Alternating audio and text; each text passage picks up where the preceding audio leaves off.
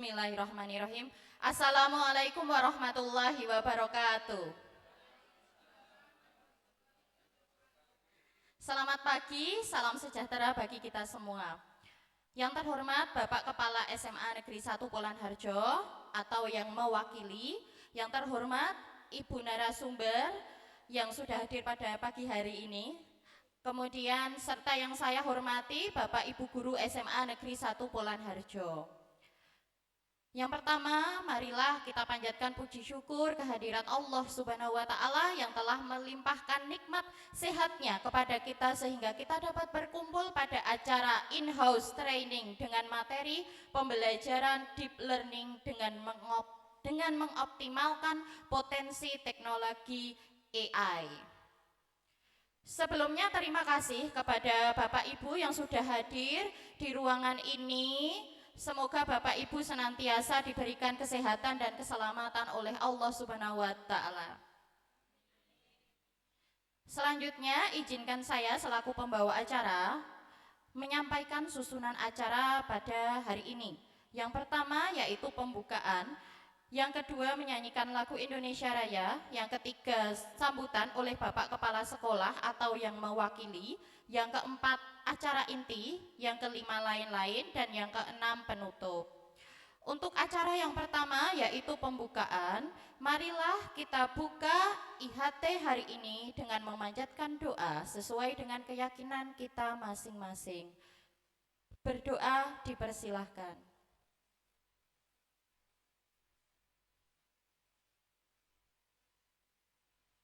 Berdoa selesai. Semoga dengan doa yang kita panjatkan tadi, kegiatan kita pada pagi hari ini dapat berjalan dengan baik dan lancar. Selanjutnya yaitu menyanyikan lagu Indonesia Raya yang akan dipandu oleh Ibu Winarni SPD. Hadirin dimohon berdiri.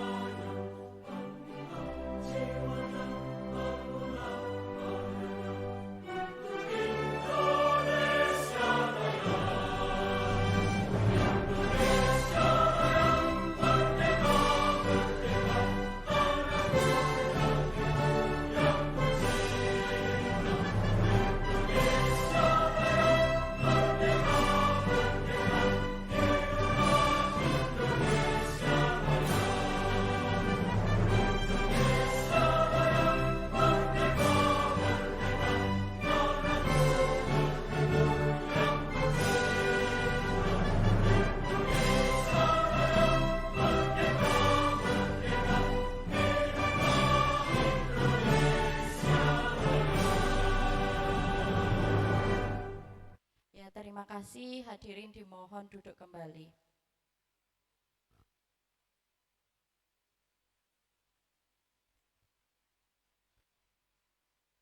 Bapak Ibu, sebelum kita ke acara inti pada hari ini, saya ingin memperkenalkan dulu panitia IHT pada hari ini, yaitu dari Kombel Sireng Manis, yaitu singkatan dari Sinau Bareng Mandiri Kolaboratif.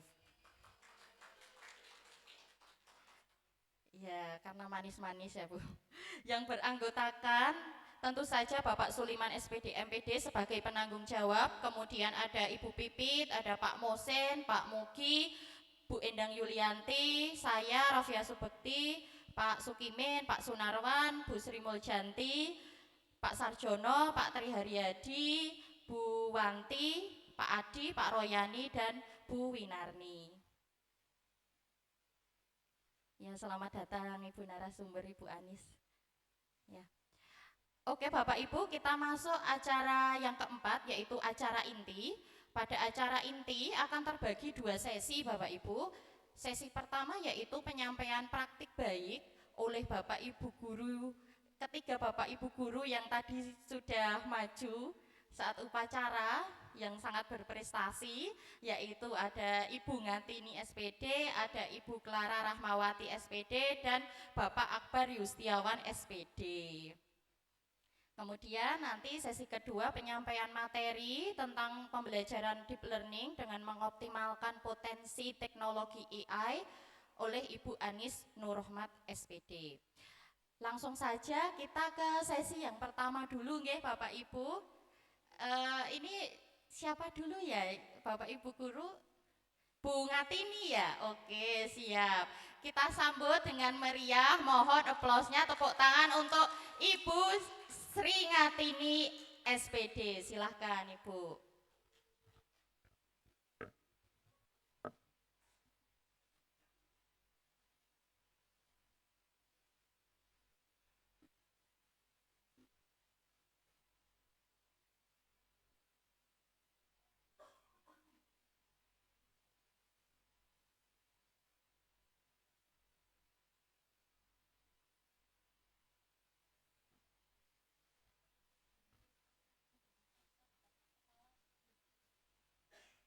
Mohon maaf Bapak Ibu, ada kesalahan sambutan dari Bapak Kepala terlebih dahulu ya. Iya, Bapak Kepala hadir di... Oh ya, yang mewakili yaitu Bapak Mosin Eskom. Langsung, ya mohon maaf Bapak Ibu. Efek lapar ini kayaknya.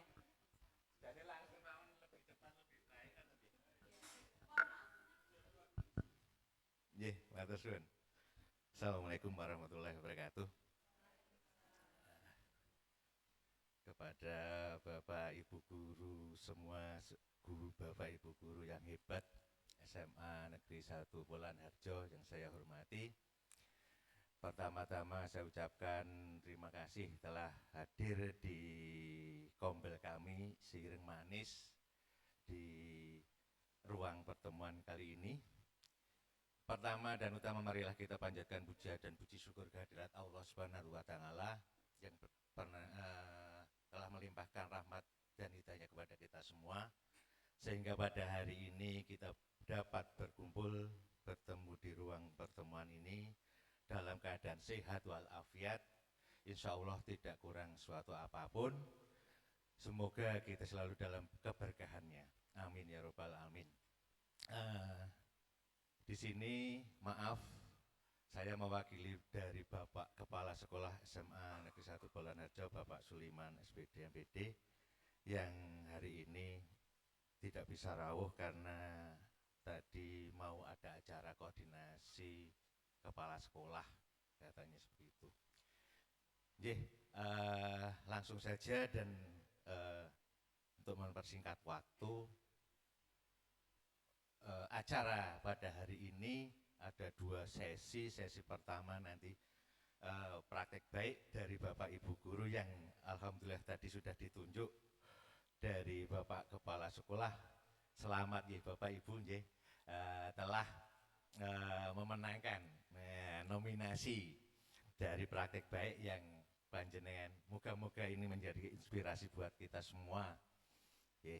Untuk yang kedua nanti acara berikutnya yaitu IHT yang insya Allah ini yang terakhir dari beberapa rentetan kemarin dari kombel-kombel sebelumnya, yaitu peningkatan kompetensi guru untuk memahami konten pembelajaran dan cara mengajarkannya yang nanti insya Allah yang akan disampaikan oleh Ibu, maaf nyontek. Ibu Anis Nurrohmah SPD nggih. Nggih, selamat datang Ibu nggih. Nggih, nggih. Itu yang nanti bisa nanti disampaikan oleh Ibu Anis Nurrohmah. Dan yang pertama untuk sesi pertama langsung saja monggo nanti dari Bu Ngatini untuk bisa memaparkan apa yang beliau miliki dari praktek baik. Ya, langsung saja monggo untuk hari ini saya cukupkan aja dan mohon maaf kurang lebihnya. Assalamualaikum warahmatullahi wabarakatuh. Waalaikumsalam Monggo Bu warahmatullahi Ngatini. wabarakatuh.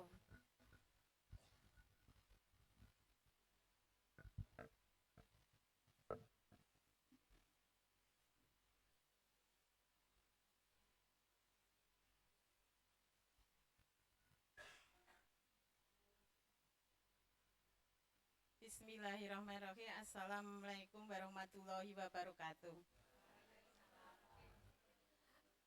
Yang terhormat Bapak Kepala Sekolah atau yang mewakili, yang terhormat kepada Bapak Ibu SMA Negeri 1 Polan Harjo yang saya hormati, dan yang terhormat Ibu narasumber dari UNS Ibu.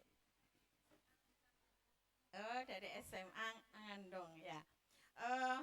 Sebelumnya saya mohon maaf bukannya saya baik, tidak, saya hanya kebetulan saya nanti akan menceritakan cerita. Sebenarnya di sini saya banyak inspirasi ibu yang ada guru di sini yang rajin seperti Bu Eni, Pak Karti, itu inspirasi saya sehingga saya bisa meniru apa yang beliau lakukan. Untuk praktek yang saya lakukan, saya mohon izin berdiri. Yang saya tidak punya judul pakai metode apa, tidak. Apa yang bisa saya lakukan untuk siswa di sini itu yang saya lakukan. Praktek baik yang melatar belakangi, mungkin Bapak Ibu semua hampir sama. Siswa di situ ada tidur, di sini ada tidur, kemudian ada main HP, kemudian seenaknya sendiri yang melatar belakangi banyaknya siswa main HP, kemudian tidur saat dia pembelajaran, kemudian ada yang membuat saya juga sangat resah, amat resah sekali karena saya sudah 35 tahun jadi guru. Karakter siswa itu tidak semakin baik, tapi saya temukan banyak sekali yang turun. Ini adalah dia tidak tertib berseragam, kemudian terlambat masuk kelas, adanya siswa bicara tidak sopan. Jadi saya sering mendengarkan bicara tidak sopan anak-anak kita, walaupun tidak semua. Kemudian pada saat pembelajaran tidur, itu yang melatar belakangi saya mau seperti apa, kok anak saya seperti ini. Maka tantangan saya apa untuk mewujudkan pendidikan, tidak sekedar hanya memberikan ilmu, tidak hanya sekedar memberikan keterampilan, tapi bagaimana pendidikan kita mewujudkan siswa yang berkarakter, bermoral siswa kita, sehingga menjadi manusia yang lebih baik. Itu yang jadikan tantangan saya. Nah, apa yang saya lakukan? Saya lakukan tantangan yang pertama adalah bagaimana siswa mau mentaati peraturan sekolah saat pembelajaran prakarya saja dalam skop yang kecil. Kalau skop yang besar mungkin kita agak susah kerjasama dengan guru-guru yang lain, mestinya seperti itu. Kemudian yang kedua, bagaimana siswa mau memperhatikan saat pembelajaran prakarya saja, pada saat pembelajaran jam prakarya. Nah, sebenarnya praktik ini sudah saya sampaikan di kombel saya kemarin sekilas apa yang saya lakukan sehingga minimal siswa itu mau memperhatikan dan merubah sikap. Yang saya lakukan, saya awal mesti ada kesepakatan antara siswa dengan saya. Waktu pembelajaran kalian tertib, mentaati tata tertib sekolah. Baju masukkan, pakai sepatu, tidak pakai perhiasan bagi laki-laki, berkata sopan. Karena saya itu sudah tua, kadang mendengar anak nggak sopan, kita nggak diperhatikan, mungkin saya ngelus dodol. Maka saya awalnya mesti seperti itu. Kesepakatan kelas dulu. Setelah anak-anak sepakat, sudah sepakat. Jadi pas pembelajaran saya semua mesti tertib hal berpakaian. Kemudian yang saya lakukan, tapi ini tidak setiap hari saya lakukan, saya menyiapkan soal untuk saya berikan kepada anak saya pada saat saya absen. Jadi saya absen itu adalah absen, saya memanggil anak si A itu yang menjawab pertanyaan. Tapi sebelumnya biasanya saya bilang nomor 1 sampai nomor 10 karakteristik wirausaha 1 kata. Kemudian nomor 11 sampai ini karakteristik wirausaha 2 kata. Kemudian nomor ini sampai ini makanan internasional. Tapi tidak saya sampaikan sebelumnya, dadak. Nomor 1, ini silahkan menjawab. Kenapa? Saya berusaha kalau namanya ngabsen itu saya panggil. Karena kalau enggak saya panggil, kadang kecolongan. Suatu ketika saya panggil, anaknya enggak ada. Ternyata ini Bu, tadi ada gambar tidur di kolong. Itu. Makanya saya selalu memanggil siswa. Setelah saya lakukan mengabsensi 1% dan anak itu menjawab, kemudian saya membentuk kelompok. Ya, membentuk kelompok maksimalnya 6 siswa berdasarkan tes kompetensi awal. Tes kompetensi awalnya yang gampang aja. Itu sudah saya lakukan pada awal. Kemudian saya menyampaikan tujuan pembelajaran hari ini adalah kalian harus bisa menjelaskan mengenai SWOT. Kemudian materinya, setelah bentuk kelompok, saya menyampaikan materi SWOT. Banyak itu pas SWOT atau pas makanan internasional atau pas karakteristik wirausaha. Kemudian saya kasih pertanyaan pemancing. Biasanya siswa itu banyak karakteristik wirausaha. Setelah duduk ke kelompok masing-masing, silahkan Anda menjawab dengan menulis di papan tulis. Ternyata apa yang terjadi, anak-anaknya berburu. Dia maju menulis karakteristik yang dia bisa. Setelah saya lakukan itu, nanti saya penguatan. Pernah yang disampaikan oleh Pak Kardi, saya penguatan dengan cara, oh ini inovatif. Maksudnya siapa yang tahu inovatif? Ada yang jawab. Kemudian oh betul atau salah nanti kita yang menguatkan. Setelah bergantian maju, kemudian setelah penguatan saya selesai, berarti saya akan menyimpulkan materi pada hari itu. Disimpulkan bahwa materi ini hari ini adalah karakteristik wirausaha, diantaranya adalah bla bla bla bla bla bersama-sama dengan siswa. Kemudian setelah saya simpulkan, siswa akan memberikan kesempatan untuk bertanya. Untuk bertanya apakah hari ini ada yang belum bisa. Kemudian yang ini mungkin yang gongnya itu saya S-breaking. S-breaking saya tidak S-breaking mungkin seperti di YouTube dan enggak. Saya S-breakingnya adalah berhubungan dengan materi. Jadi kesimpulan saya S-breaking dengan materi dikelompokkan. Pokoknya makanan internasional, setiap kelompok sebutkan makan tangan saya yang bergerak kanan kiri aja. Makanan internasionalnya dia menyebutkan satu dari mana setiap kelompok. Setelah itu tangan kanan nanti sekarang sudah menyebutkan semua, sekarang beralih tangan kanan kiri saya dicoba diperhatikan. Kalau saya bilang tangan kanan itu berarti makanannya, tangan kiri adalah asalnya. Ya. Tapi kalau saya begini berarti makanan dan asalnya. Ternyata apa yang terjadi, anak-anak itu seru. Dan saya kasih juga pengertian bahwa 3 kali kelompok nanti salah, saya tidak menghukum. Mari kita bermain kata-kata di depan. Jadi nanti berkata-kata depan ya nanti kita pakai teka-teki atau yang lainnya. Ternyata setelah itu ada makanan asalnya lebih susah lagi. Lebih susah lagi umpamanya si A, kelompok A menyebutkan ke tangan kanan berarti makanan. Nanti saya menunjukkan kelompok yang lain asalnya dari mana? Asal dari makan kesukaan daripada kelompok A. Berarti kan dia mikir. Seperti itu seterusnya. Kalau saya tangan kiri asalnya si B saya tunjukkan tangan kiri. Berarti dia asalnya. Nanti si C itu harus menyebutkan makanannya. Seperti itu. Ternyata itu membuat konsentrasi anak lebih suka. Tapi saya yakin tidak semua mata pelajar bisa digunakan dengan itu.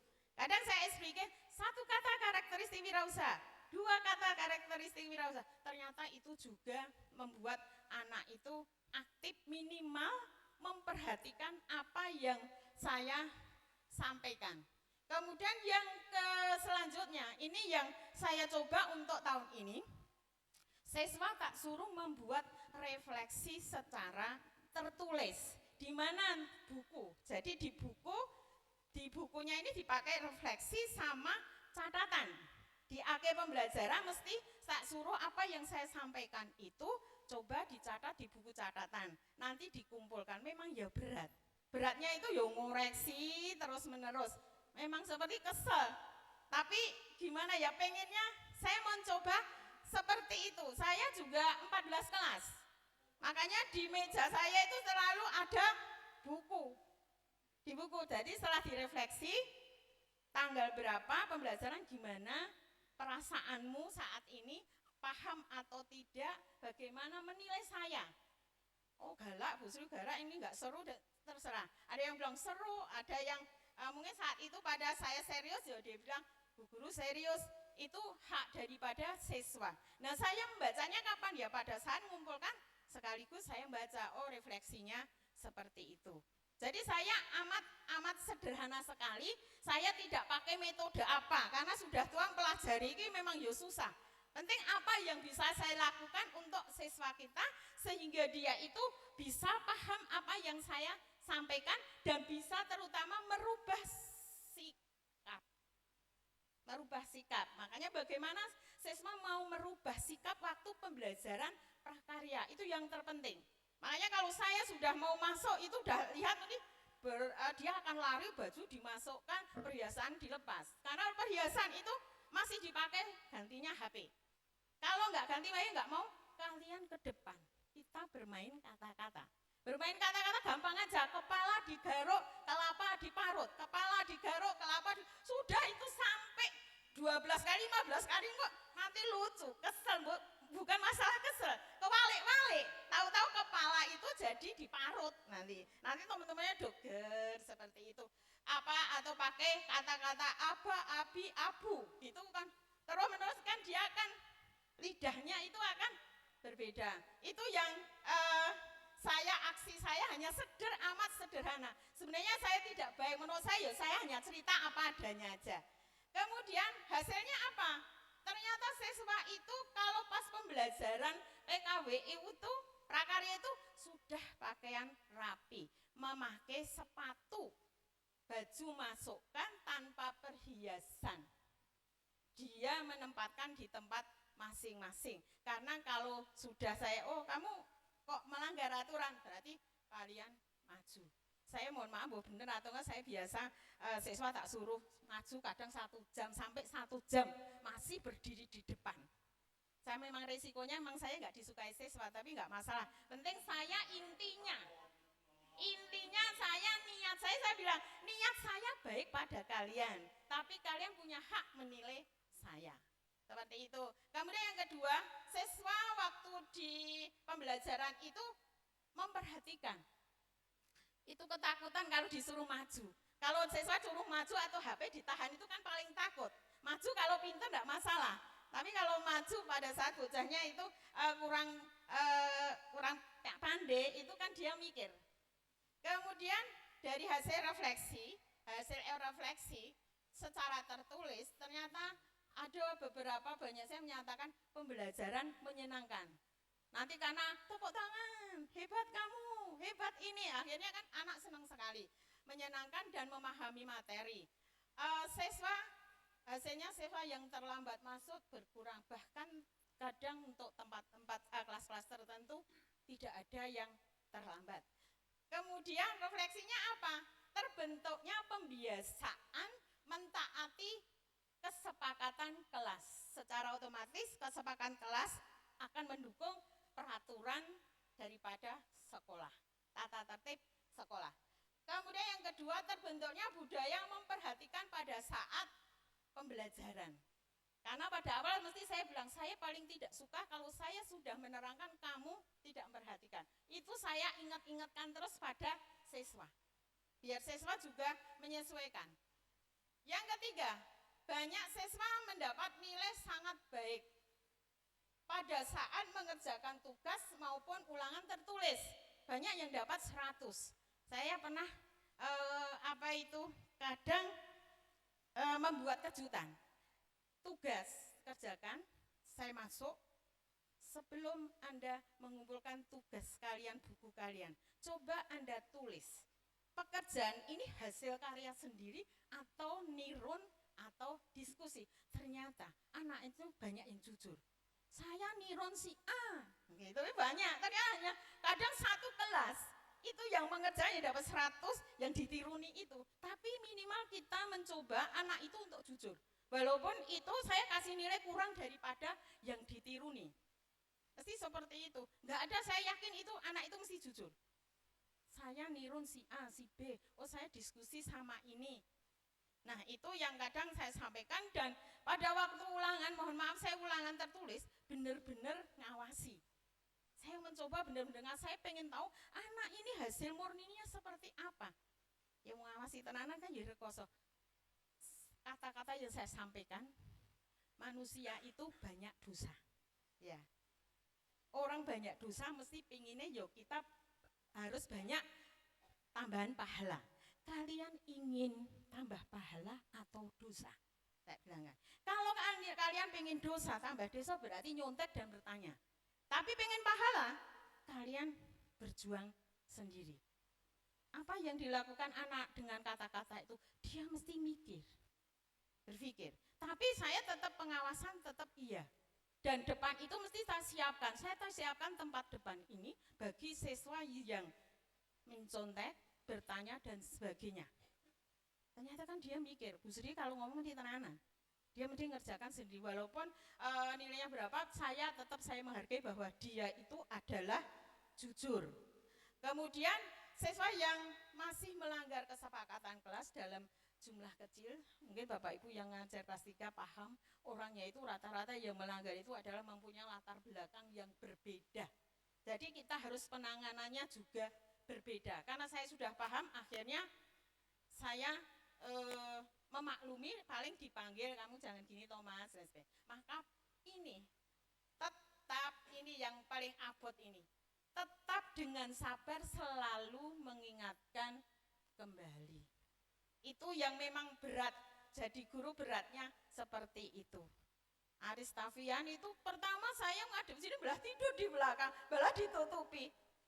Yang kelas ini, tapi nggak apa-apa dia melatari. Si Toyeb itu apa? Saya tahu lah, dia malamnya kerja loh. Kerjanya saya bayang kerjanya di truk, dia ikut truk. Nah kadang jalan di sini, bayangkan, masuk pagi mesti yo ngantuk toh. Kita ngadir hanya masih tak halus. Masih gandeng ini namanya nilai kan proses. Kalian tetap ngerjakan ya, niruno koncone, malah tak suruh nirun. Penting kan saya punya bukti fisik. Itu aja. Si Toyeb itu juga berat itu. Berat karena kerja pagi, saya pagi itu sudah ke sini itu berat sekali. Kadang subuh baru sampai atau jam 5 baru sampai dia. Dulunya memang saya keras, setelah tahu latar belakang ya kita guru ya harus sabar ini loh, sabar itu. Itu yang bisa saya sampaikan, bahwa saya bukannya baik tidak, itu yang saya lakukan. Kepingin kita karakter siswa itu akan berubah. Ini aja gambar-gambarnya, ini kebetulan saya nggak seneng berfotoria yang bisa saya sampaikan ya. Gambar ini di depan dia menulis, ada yang selalu pembelajaran ini video saya umpamanya video, umpamanya produksi, saya setiap kelompok tak kasih video yang berbeda-beda. Nanti setelah itu kalian simpulkan apa yang dikatakan produksi sampai rintik faktor produksi, ternyata anak-anak bisa. Seperti itu. Itu ya, saya sampaikan. Mohon maaf, mungkin 10 menit sudah berlalu. Mohon maaf kalau saya menyampaikan salah. Saya tutup. Assalamualaikum warahmatullahi wabarakatuh. Waalaikumsalam warahmatullahi wabarakatuh. Keren sekali Bu Ngatini, metode yang diterapkan bisa menumbuhkan karakter untuk siswa-siswi kita. Nah, yang kedua langsung saja Ibu Clara Rahmawati SPD. Ya, silakan Bu Clara langsung ke depan memaparkan materinya.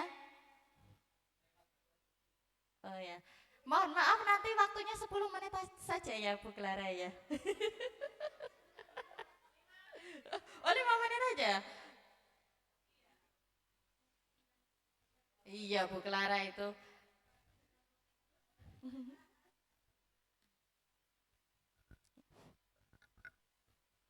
Ya, Assalamualaikum warahmatullahi wabarakatuh. Bapak Ibu, saya izin berdiri nggih. Saya itu sebenarnya bingung mau ngomong apa, apalagi kalau di hadapan Bapak Ibu guru banyak orang. Pak Kardi sudah paham, saya itu paling grogi ya Pak Kardi ya kalau ngomong di depan orang banyak. Enggak, katanya Bu Rafia enggak usah pantun-pantunan, enggak kelamaan gitu tadi ya. Mohon izin, ini saya akan menyampaikan atau memaparkan apa yang sudah saya coret-coret kemarin, dan saya sebenarnya juga tidak menyangka kok tadi nama saya kok dipanggil itu salah atau tidak sebetulnya gitu nggih Bapak Ibu nggih.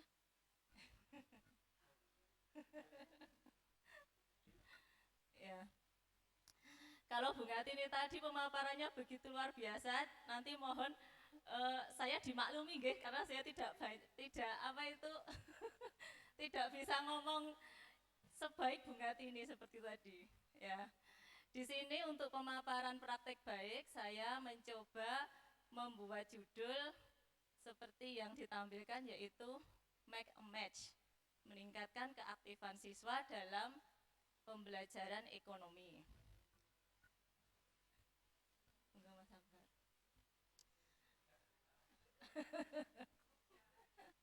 Ya, latar belakangnya saya menulis ini, pelajaran ekonomi itu kan dalam 1 minggu ada 5 jam. Nah, pelajaran ekonomi sendiri itu kan materinya ada yang full teori dan ada yang hitung-hitungan. Nah, untuk materi yang ada hitung-hitungannya 3 jam, 5 jam itu rasanya sebentar sekali, apalagi akuntansi.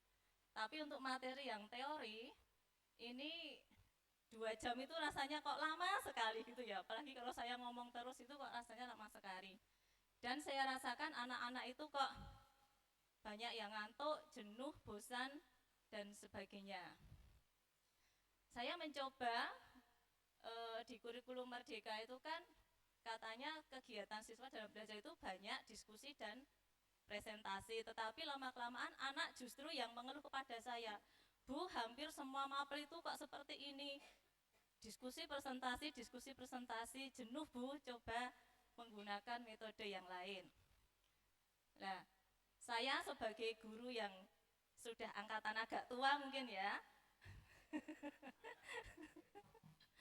untuk penguasaan teknologi saya akui saya ini gaptek. Jadi saya kalau mau membuat media pembelajaran seperti Bu Pipit yang wow gitu, saya tidak bisa. Maka saya mencari ide untuk bagaimana untuk model pembelajaran saya ini saya sedikit variasi, dan saya mencoba untuk menggunakan model Make a Match itu dalam materi badan usaha. Kemarin saya lakukan di materi badan usaha. Ya, tantangannya ini bagaimana upaya meningkatkan keaktifan siswa dalam pembelajaran ekonomi.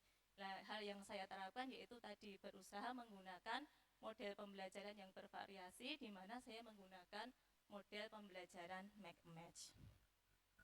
Bapak Ibu guru sudah tahu semua nggih model pembelajaran Make a Match nggih?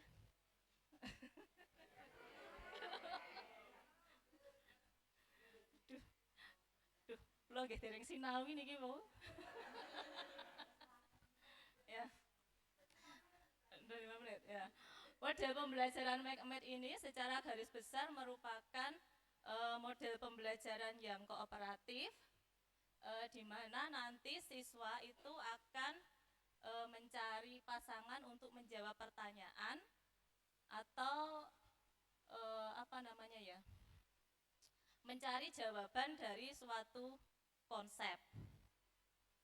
Jadi nanti siswa akan mencari pasangan, akan diberi kartu, yaitu ada kartu soal dan kartu jawaban. Kemudian siswa menerima salah satu kartunya, kemudian siswa akan mencari jawaban atau pasangan yang tepat sesuai dengan kartu yang sudah dipegangnya.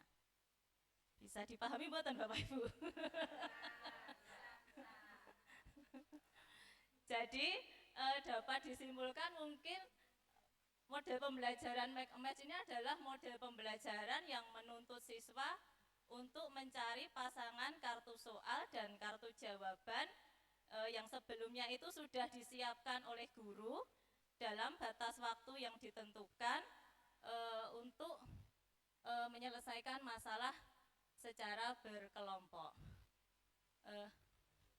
Iya, gampangannya menjodohkan gitu Pak. Ya. Langkah-langkahnya kembali Mas Akbar. Ya. Langkah-langkah yang saya lakukan.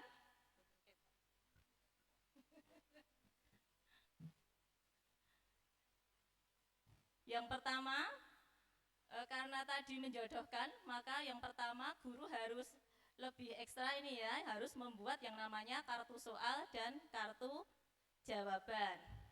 Kemudian peserta didik dibagi dalam beberapa kelompok. Setiap kelompok nanti akan menerima kartu jawaban dari guru. Jadi contohnya seperti ini Bapak Ibu. Saya kemarin kan menerapkan ini dalam materi badan usaha, khususnya di materi jenis-jenis badan usaha, gitu nggih. Nah, jenis-jenis badan usaha itu kan banyak sekali, diantaranya ada BUMN, BUMS, swasta, dan BUMD. Nah, jadi setiap kelompok nanti saya beri kartu kecil, kartu jawaban, tetapi di antara beberapa kelompok itu ada yang berbeda-beda. Misalnya di kelompok 1 nanti saya kasih di kartu jawaban itu ada PT, Bank BRI, TBK. Tapi di kelompok lain saya kasih PT, Bank Mandiri. Di kelompok 1 saya kasih Bank BPD Jateng. Tapi di kelompok lain di Bank BPD DIY. Di kelompok 1 saya beri PT Unilever. Di kelompok lain saya beri PT Indofood misalnya. Dan nanti di kartu soal itu saya sudah buat kertas, saya tempelkan nanti di dinding atau di papan tulis. Nah, siswa sebelum menjodohkan itu saya beri waktu untuk belajar dulu secara berkelompok, biar ada pembagian tugas atau penyatuan menyatukan pendapatnya. Nah, setelah batas waktu mempelajari materi selesai, kartu jawabannya tadi baru saya bagikan ke siswa dalam tiap kelompok. Di situ siswa juga masih saya beri waktu dulu beberapa menit agar punya gambaran. Oh, ini Bank BRI. Oh, berarti ini nanti masuknya ke badan usaha milik negara.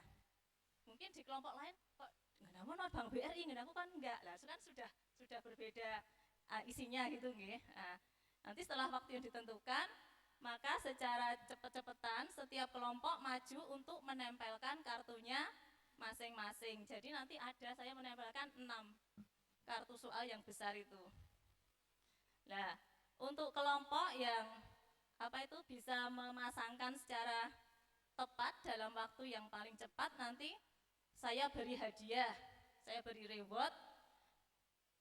Kemarin ya saya lupa, saya beri wafer atau saya beli uang jajan untuk beli es teh jumbo, saya lupa itu. Itu. Ya. Kemudian setelah semua kartu tertempel, guru bersama-sama siswa mengevaluasi hasilnya dari per kelompok itu. Oh, ini dimasukkan ke sini betul atau tidak, ini dimasukkan ke sini betul atau tidak. Jadi sambil belajar bersama. Nah, setelah selesai, guru dan peserta didik menyimpulkan materi yang sudah dipelajari tadi. Nah, dari kegiatan itu tadi, ternyata hasil yang bisa saya simpulkan bahwa setiap siswa itu menjadi lebih aktif dalam kegiatan pembelajaran. Mungkin karena dalam kelompok sehingga mempunyai tanggung jawab masing-masing, nanti nek raiso ndak kelompoknya jadi elek, mungkin gitu nggih. Terus yang kedua, adanya kerjasama antar siswa dalam kelompok. Kemudian antar kelompok yang terdiri dari beberapa siswa tadi bisa saling menghargai pendapat antara satu dengan yang lainnya. Dan yang terakhir juga bisa menumbuhkan semangat kebersamaan di antara para siswa. Nah, refleksi dari penggunaan metode model pembelajaran Match tadi, khususnya untuk materi badan usaha yang bisa saya simpulkan, oh ternyata dengan model pembelajaran tadi bisa menciptakan suasana belajar yang aktif dan menyenangkan bagi para siswa.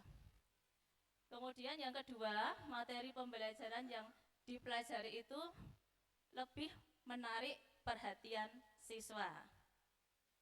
Dan yang ketiga, bisa terwujudnya ini kerjasama dan gotong royong antar siswa. Demikian Bapak Ibu yang bisa saya sampaikan. Jika banyak kekurangannya saya mohon maaf. Dan saya juga mohon masukan bimbingan dari Bapak Ibu untuk perbaikan ke depannya. Saya cukup sekian. Assalamualaikum warahmatullahi wabarakatuh. Waalaikumsalam warahmatullahi wabarakatuh. Terima kasih Ibu Clara Rahmawati SPD, luar biasa metode pembelajaran yang digunakan, tentu kelas akan menjadi lebih menyenangkan, apalagi kalau diajar sama Bu Clara. Semakin semangat ya. Oke, yang selanjutnya yaitu ada Bapak Gemoy kita, Pak Prabroro. Kita sambut Bapak Akbar Yustiawan SPD. Silahkan Bapak.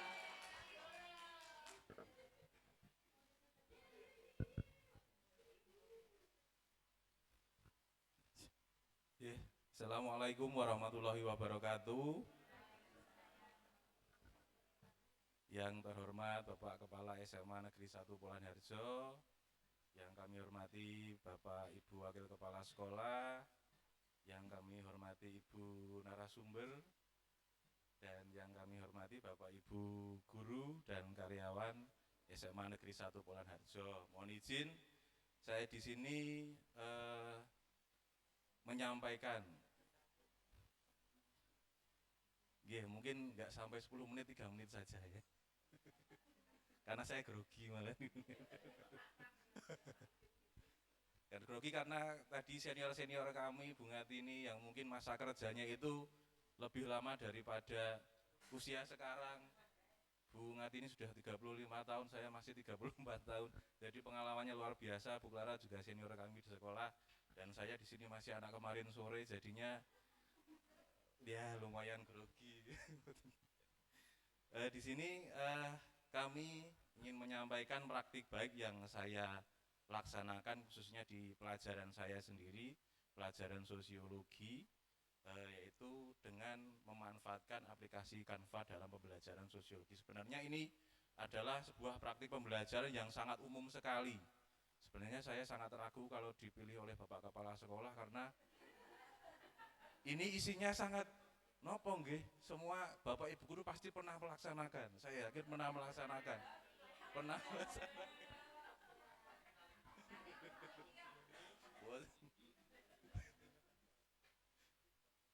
Dan semuanya itu kalau tadi disebutkan oleh Bu Rafia, kalau bagi saya pribadi bukan prestasi, karena saya menyusun ini karena saya banyak kendala, bukan karena prestasi saya.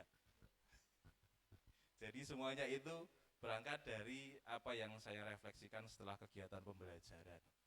Yang pertama, di mana pembelajaran sosiologi itu hampir seluruhnya itu isinya teori. Mungkin kalau ekonomi ada hitungannya, di prakarya itu ada praktiknya. Kalau sosiologi itu hampir semuanya itu 80% mungkin isinya teori semua. Jadi dari situ mungkin saya sering menjumpai anak-anak yang istilahnya itu terlihat minatnya kurang kalau diminta untuk memahami sebuah konsep atau teori. Nah, dan ada juga gangguan-gangguan yang lainnya, misalnya anak yang tidak fokus, ya karena mungkin dari handphone yang mereka gunakan juga sering memecah fokus. Dan dari refleksi dari saya sendiri yang saya laksanakan, yang saya lakukan, bahwa siswa itu lama-lama akan merasa jenuh ketika saya tidak menggunakan variasi model belajar. Ya, itu mungkin berangkat situasinya berangkat dari apa yang saya refleksikan terhadap pembelajaran saya. Kemudian dari situasi tadi dan saya refleksi yang saya laksanakan, kemudian saya menyimpulkan sebuah tantangan yang harus saya upayakan untuk dapat saya selesaikan atau saya upayakan, yaitu bagaimana cara untuk mendorong minat belajar siswa, terutama dalam pengaplikasian pengetahuan yang didapatkan untuk melakukan identifikasi permasalahan sosial. Jadi cara ini, metode ini atau model ini saya gunakan ketika saya membahas materi tentang permasalahan sosial, terutama tentang identifikasi permasalahan sosial.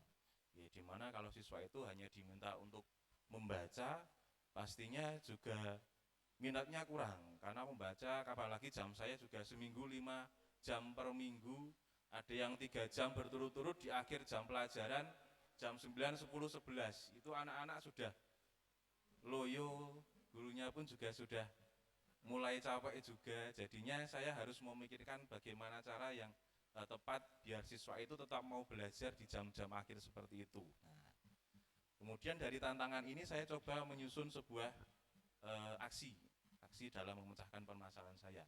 Yang pertama yaitu saya melakukan pemetaan materi pembelajaran, terutama materi mana saja yang isinya itu banyak pemahaman konsep dan teori.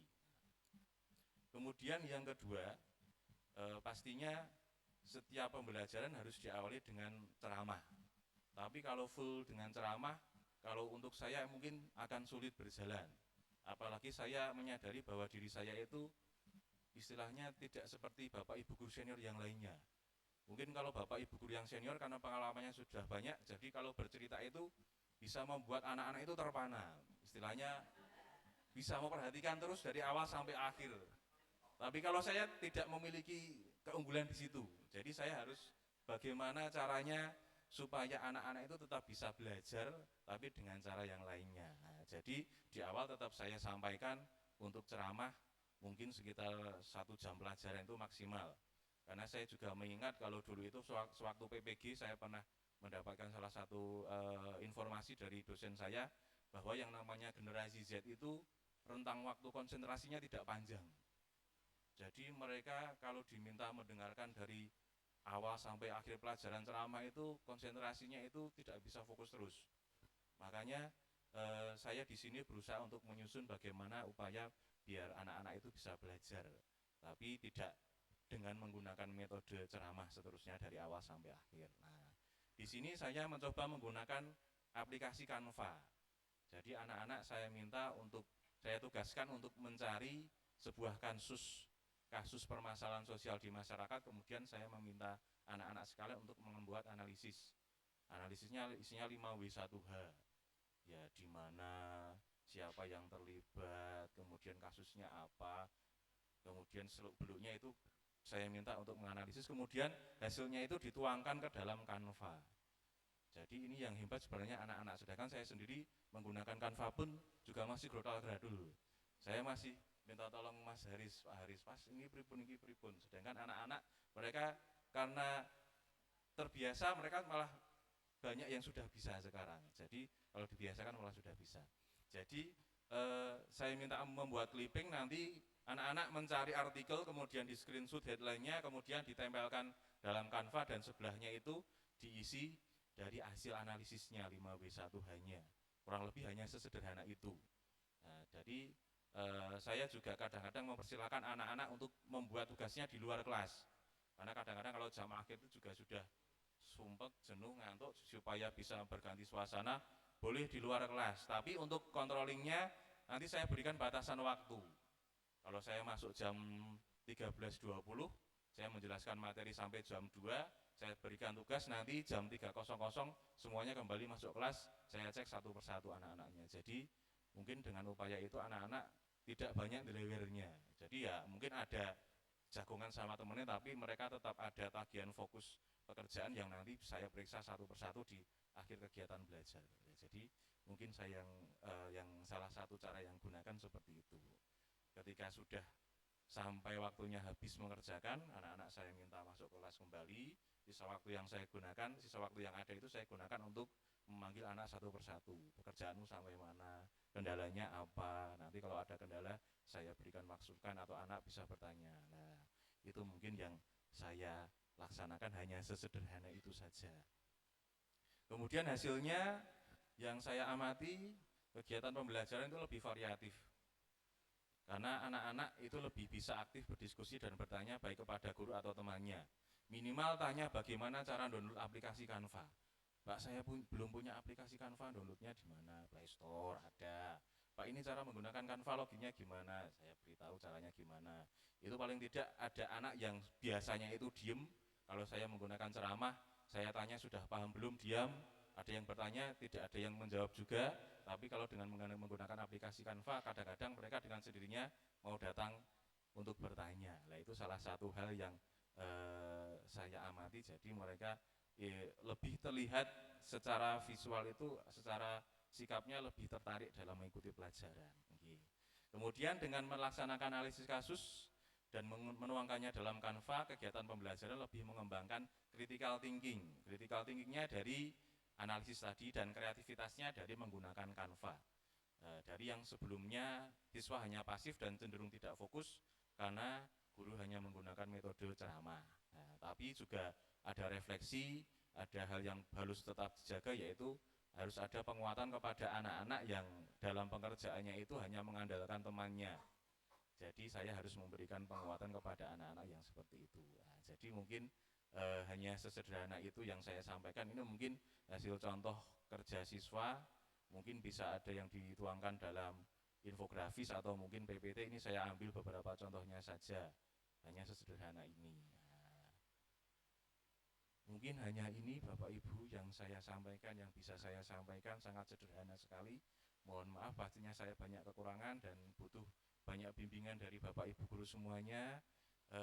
Saya cukupkan.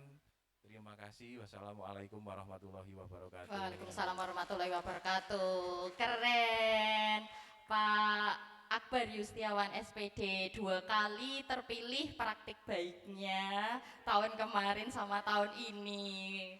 Keren loh ya.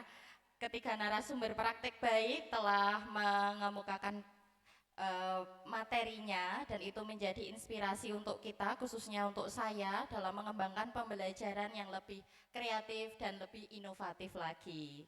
Terima kasih untuk ketiga narasumber praktik baik. Acara inti sesi kedua yaitu penyampaian materi tentang pembelajaran deep learning dengan mengoptimalkan potensi teknologi AI. Saya akan membacakan terlebih dahulu CV dari Ibu narasumber kita pada siang hari ini.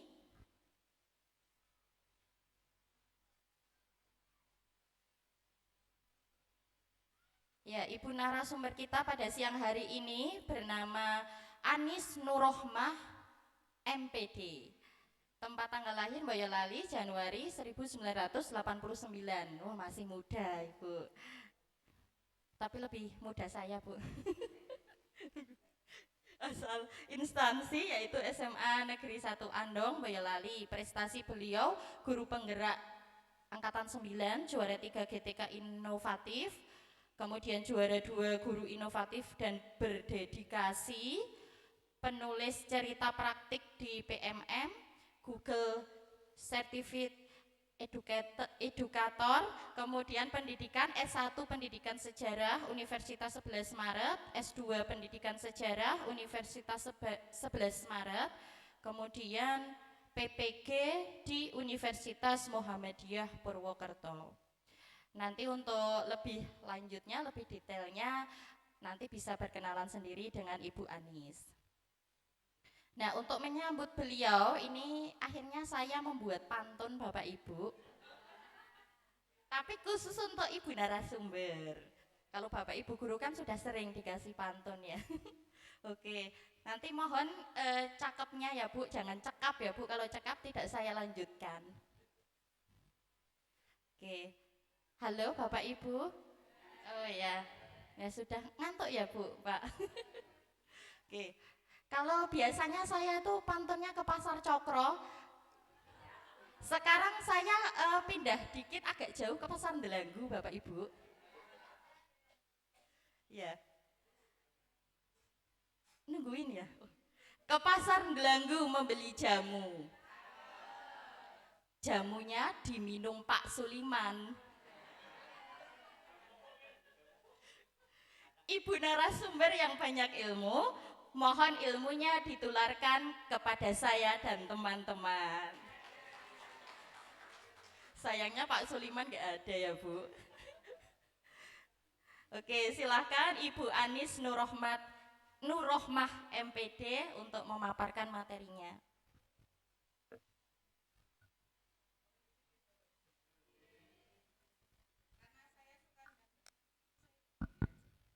Kan nggak ada penyanyi dangdut yang duduk kayaknya ya. Semuanya ini. Oke, baik, terima kasih Mbak Via ya. Tadi kalau nggak salah Mbak Via ya. Oke Mbak Via, saya bales pantunnya. Mangga madu rasanya manis. Ya. Mangganya yang ngasih Pak Harjo. Nama saya Anis, terima kasih sudah diundang di Polan Harjo. Ya ini dia ya. Terima kasih Bapak Ibu dan mohon izin semuanya. Assalamualaikum warahmatullahi wabarakatuh. Selamat pagi, salam sejahtera bagi kita semuanya. Mohon izin kalau tadi Mbak Via membacakan CV saya, wah masih kelahiran 89, mungkin saya ada seumuran dengan putra-putri Bapak Ibu. Jadi ya mungkin ya, mungkin ya. Oke, itu ada. Ibu dengan Ibu siapa? Mohon maaf. Oh Bu Dia, Dian atau Dia?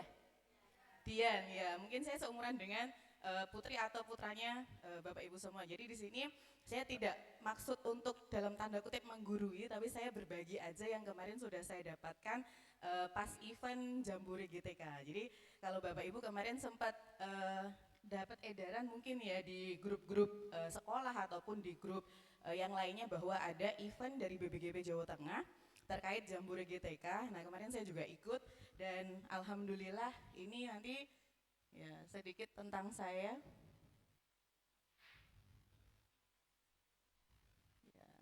Ya, kok nggak mau? Tadi sudah dicek. Oke, hari ini kita akan membahas tentang ini ya. Meskipun tadi kemarin saya dihubungi sama panitia, kira-kira judulnya apa Mbak Anis? Gitu. Judulnya ini aja deh, gitu. Merancang pembelajaran berbasis deep learning dengan mengoptimalkan potensi teknologi artificial intelligence. Jadi deep learning sekarang lagi booming ya. Tapi sebenarnya yang dilakukan oleh Bapak Ibu tadi, 3 orang tadi, Bu Ngatini, Bu Clara sama Pak Akbar itu sebenarnya udah bagian dari deep learning. Hanya saja kita tuh nggak tahu namanya gitu. Padahal setiap hari kita ngelakuin. Sadar tidak sadar sebenarnya kita melakukan. Hanya saja mungkin dari 3 komponen itu meaningful, mindful, sama joyful itu mungkin ada kurang yang salah satu. Nah itu nanti bisa diperbaiki. Nah ini alhamdulillah ya kemarin terbaik ketiga untuk guru SMA kategori guru inovatif gitu. Jadi kalau di SMA guru SMA itu ada dedikatif sama inovatif. SMA Negeri 1 Andong alhamdulillah dapat 2. Yang dedikatif itu sosiologi dapat juara 2. Terus yang satunya guru inovatif itu dapat juara 3 saya. Nah ini bersanding dengan juara 2 dan juara 3 itu yang luar biasa keren. Kalau Bapak Ibu ada dari Mapel Bahasa mungkin kenal dengan Bu Yuyun dari SMA Negeri 5 Semarang.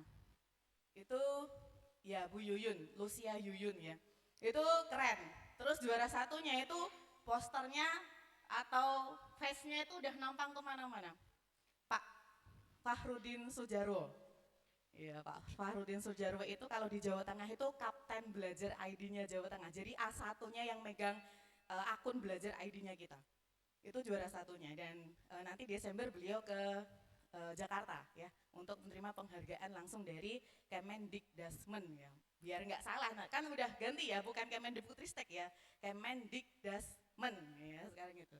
Terus ini terkait saya, bisa di-scan ini portofolio saya, nanti bisa Bapak Ibu lihat, nanti filenya saya kirim ke Frau Nini ya.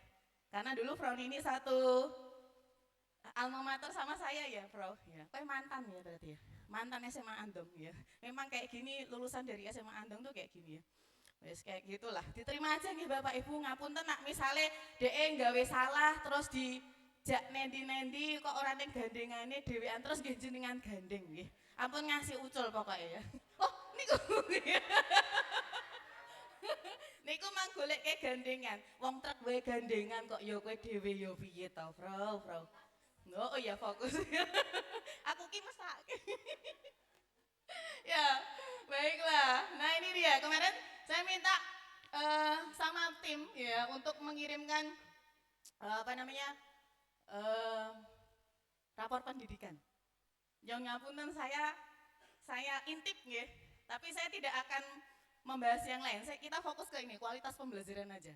Saya nggak tahu apakah tren 2024 itu kualitas pembelajaran turun. Karena hampir di sekolah yang saya datengin untuk saya ngisi itu kualitas pembelajarannya turun. Terutama metode pembelajaran. Tapi kalau yang di sini yang turun itu manajemen kelas sama dukungan psikologis.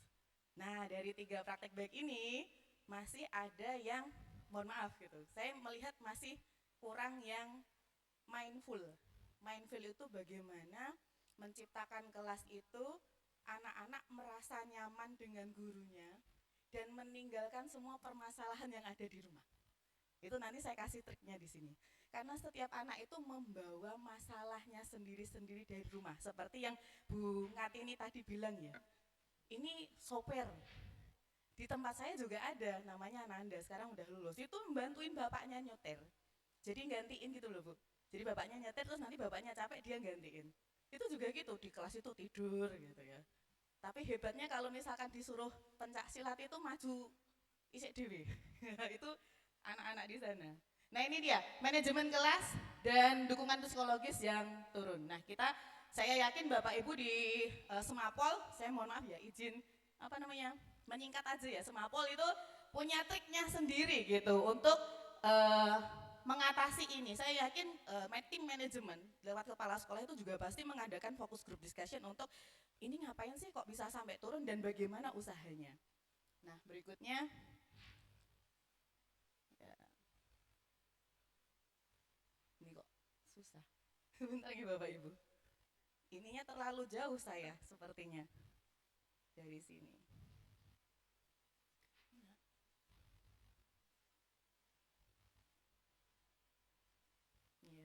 Terus nanti di sini saya langsung ngasih beberapa informasi aja ya. Jadi kalau misalkan Bapak Ibu di sini ada yang sudah tahu tentang kuisis, kahut gitu saya nggak bahas. Saya mau Bapak Ibu jadi guru yang satset. Satset itu udah nggak lagi direpotin sama tugas-tugas yang dalam tanda kutip. Misalkan besok bikin kuis apa ya? Tapi nggak pakai Gemini, pakai yang lain kita ya. Nah, terus kita ngapain sih? Kenapa sekarang deep learning itu sangat diunggulkan ya dalam artian di kementerian yang sekarang? Nah, ini dia.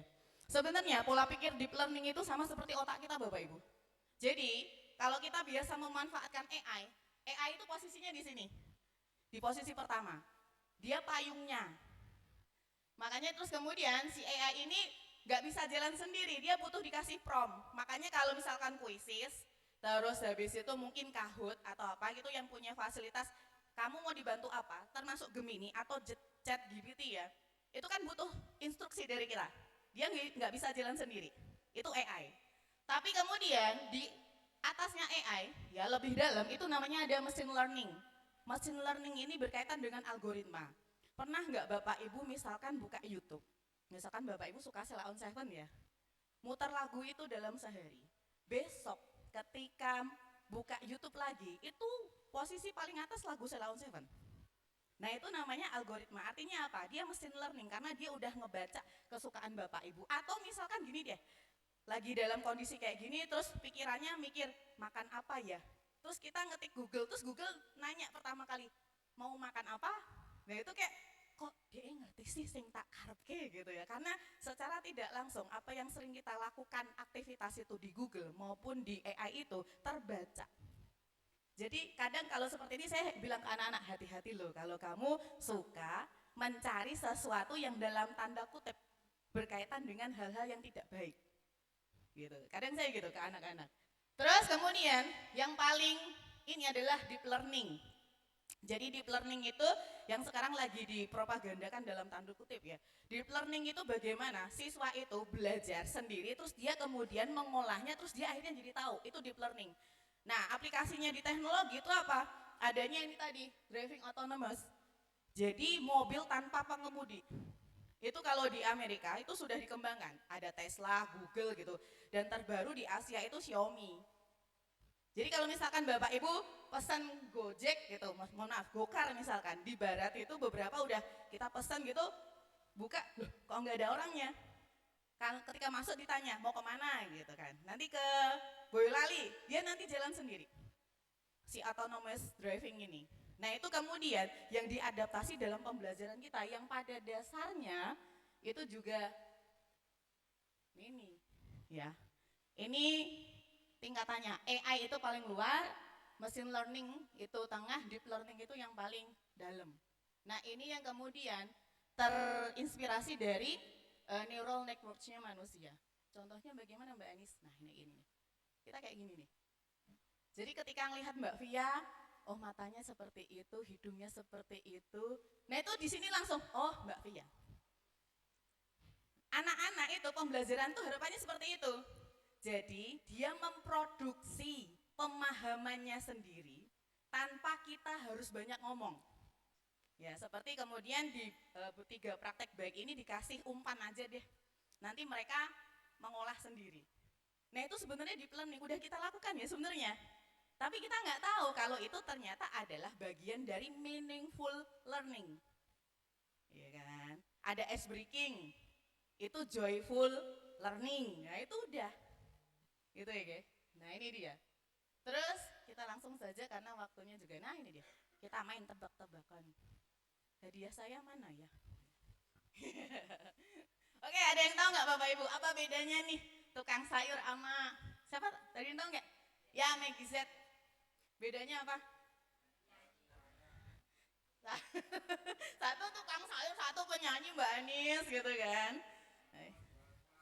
Oh, sama-sama jualan suara. Oke, ditampung ya. Ya, penjual barang dan jasa. Lainnya? Sama-sama cari nafkah, oke ditampung dulu. Lainnya? Monggo.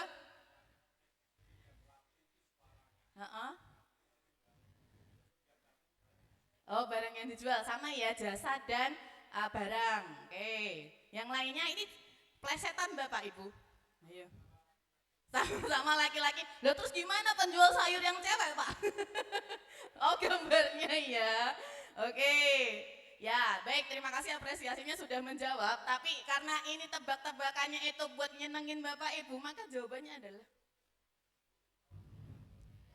iya, Maggie Z kan punya lagu sungguh teganya, teganya, teganya ya. Itu Maggie Z, tapi kalau tukang sayur kan nggak mungkin ngomong teganya ya. Togenya, togenya, togenya. Ya, bisa. Oke, ini ya. Ini hal-hal receh kayak gini bisa dibawa ke kelas dalam rangka joyful learning. Jadi pembelajaran yang nyenengin gitu. Nah, terus kemudian lagi. Pokoknya jangan serius ya. Nah, ini dia. Yuk. Ada kubis sama unta. Ayo bedanya apa? Wah, ayo. Sayur sama hewan. Oke, ditampung. Plesetan ya. Ayo. Ya, boleh. Ya, satu di padang pasir, satu di dataran tinggi. Ya, oke ditampung. Berikutnya, yuk. Boyolali sama padang pasir. Ayo. Apa? Yuk plesetan ini. Apa Bu? Non? Oh dingin dan panas. Oke Mbak Via, barangkali tahu? Ya ini yang pleset-plesetan. Apa Frau? Tahu nggak Frau? Makanya apa namanya materinya belum saya kirim, nanti dijawab sama dia dapat hadiah terus nanti ya. Dikirimnya nanti.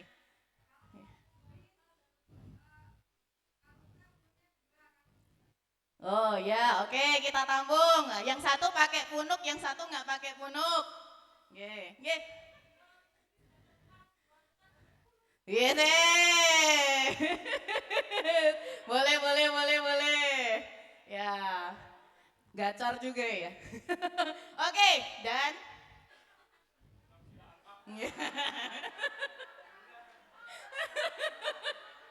jawabannya ini ya. Kobis itu diurap ya, unta itu diarap. Seperti yang sebelumnya tadi, jangan serius ya, ini plesetan. Oke, satu lagi plesetan lagi. Apa bedanya asam Jawa, pintu rumah sama tugas akhir? Tadi kan cuma 2 ya dari tadi ya, 2 gambar. Sekarang 3 gambar nih. Aduh, kok susah sih? Tuh kan karena terlalu dibuat. Ya, apa ayo?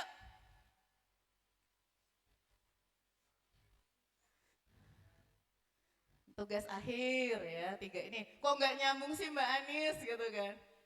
Ya. Tapi nanti ada hal yang agak-agak mirip. Ditata, dibuka, dikupas. Ya, oke, ditampung dulu. Berikutnya, ayo, apa nih? Nih nanti bisa di copy paste di kelasnya Bapak Ibu, boleh dipakai ya. Dan jawabannya adalah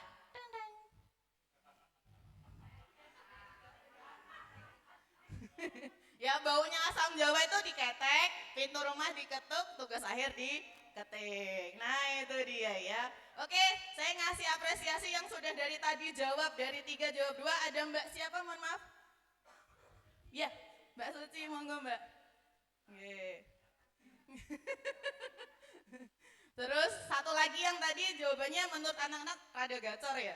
Jadi jual kubis dapat uang, jual unta dapat fulus. Yeah. Silakan. Jangan dilihat isinya, dilihat dari mana bawanya ya. Dari Boyolali sampai ke Klaten. Oh sama ya? Iya, salam kenal Mbak. Oke, baik. Ini dia Bapak Ibu. Nah, deep learning itu bagaimana sih? Ya, deep learning itu ada 5 hal yang nanti saya sampaikan. Ya, yang pertama adalah deep learning dalam pendidikan, strategi deep learning di SMA, manfaatnya, integrasi dalam AI dan tantangannya. Nah, ini dia. Ini tadi Bapak Ibu sudah di sini nih. Meaningful, terus kemudian joyful. Tapi sayangnya kita kadang kurang di sini nih.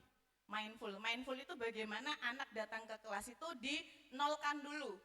Dinolkan dulu tuh maksudnya mereka kan pasti bawa beban hidup ya. Beban hidup atau masalah keluarga. Itu yang sering saya hadapi di SMA Negeri 1 Andong, bagaimana anak-anak itu ternyata di balik keceriaannya itu ternyata bapak ibunya dalam divorce. Nah, itu yang sering nggak kelihatan. Ketika mendekati gitu baru mereka cerita. Kayak gitu. Nah, ini kita perlu di sini. Fungsinya kita adalah membentuk mereka mindful. Artinya apa? Pembelajaran diterapkan agar kegiatan seperti latihan pernafasan, jeda refleksi, kegiatan dan seterusnya itu menghadapi atau mengatur emosi stres anak-anak dalam meningkatkan prestasi akademik. Jadi sebelum diajar, boleh nggak oleh guru yang di jam ketiga atau jam kelima? Oh boleh. Jadi masuk ke pelajaran 2 jam atau 5 jam atau 3 jam itu tidak full ngajar nggak apa-apa. Kan ada yang model kita itu mohon maaf kejar target ya. Materi ini kudu selesai gitu kan. Kalau saya enggak. Kan kita yang nentuin kan. Toh juga asesmen kan juga kita yang bikin kan. Udah bukan lagi MGMP. Jadi ya udah kalau misalkan 1 semester cuma 1 bab, ya enggak apa-apa. Kayak ini saya jujur ya, sejarah itu cuma 1 bab. Bab kolonialisme. Kenapa? Karena saya nguplak masalah sejarah lokal. Yang di sekolah lain dia udah 2 bab, saya baru 1 bab. Tapi anak-anak jadi senang. Mereka jadi tahu perkedel, ngertos perkedel gitu. Itu bukan makanan Jawa. Itu makanan dari Prancis. Frikadelle. Itu anak-anak, iya toh Bu, iya. Nah, kayak gitu, saya nguplak kayak gitu. Jadi akhirnya mereka senang dengan sejarah. Terus contohnya apa? Bu Anis. Nah ini dia. Contoh dari ya mindful, disuruh diem dulu. Terus kita seolah-olah mungkin Bapak Ibu pernah ikut seminar motivasi ya. Ya kita jadi motivator mereka. Ya, tuh tutup matanya, atur nafas kayak gitu.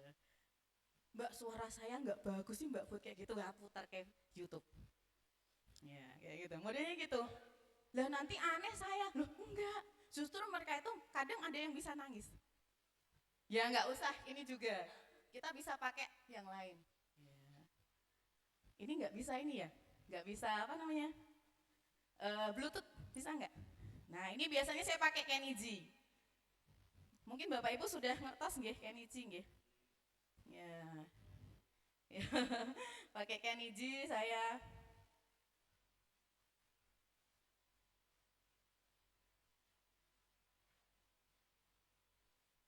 Ini nggak bisa Bluetooth ya Mbak. Saya biasanya pakai ini Bapak Ibu kalau di kelas. Jadi dengerin gitu. Ya, 4 menit, 5 menit kayak gitu mereka suruh dia menghayati lagu ini atau ya, atau pakai lagunya Tulus. Nah, ini yang sering saya pakai habis pakai ini anak-anak itu kayak mereka nangis gitu. Kenapa? Karena lagunya itu benar-benar yang kamu tuh harus kuat gitu ya. Ya ini lagunya. Hari ini kau berdamai dengan dirimu sendiri. Ya. Terus habis itu kau maafkan. Nah ini semua salahmu ampuni dirimu. Itu mereka suruh diem, dengerin ini tuh mereka bisa kayak nangis gitu. Oh iya iya, oh iya iya. Dalam artian saya tanya, kenapa nangis itu? Saya tuh ternyata nggak bisa mengampuni diri saya Bu Anis. Karena saya punya masalah di rumah dan sering kali masalah itu saya bawa ke sekolah dan efeknya teman saya yang kena. Padahal dia nggak tahu apa-apa gitu. Tapi saya marah-marah sama dia gitu kan. Terus saya merengut gitu. Nah ternyata ini yang kemudian menjadi masalah di kita gitu, di pendidikan kita, bagaimana kemudian kita tidak pernah mau peduli dengan bagaimana kondisi mereka, perasaan mereka. Kita intinya cuman pokoknya materiku selesai, kowe isoh raisoh, yo karepmu gitu kan. Tapi ininya, makanya saya lihat di rapor pendidikan SMA Negeri 1 Polan Harjo, mohon maaf ya, di bagian karakter ke bawah itu ada yang merah. Bisa jadi efeknya ke situ juga, karena kita tidak merasa pengen deket sama siswa, yang kita lakukan adalah full administrasi, yang penting ngajar, selesai gitu. Makanya tadi saya bilang, 1 semester itu 6 bulan, saya nggak ngejar materi, saya ngejar bagaimana saya deket dengan anak-anak. Nah ketika saya deket sama anak-anak, mereka kemudian akan deket dengan kita dan gimana ya? Ya itu tadi, ada kedekatan itu yang kemudian kalau kita ngandani gitu mereka mau dengerin. Nggak usah diajak web curhat apa gitu, nggak usah mereka datang ke kita. Bu gimana Bu kayak gini Bu? Itu yang penting. Itu yang kemudian di era sekarang itu sangat kurang. Bagaimana Bapak Ibu kemudian membuat anak itu mindful. Mereka merasa nyaman dengan dirinya sendiri. Nah ini nanti bisa diputar oleh Bapak Ibu. Kalau nanti PDF-nya saya bagikan, Bapak Ibu tinggal ngeklik aja dia sudah ngelink sendiri. Yeah. Nah ini nih, ajak lagi dirimu berbicara mesra. Jadi ini lagunya tentang bagaimana mereka memaafkan diri sendiri.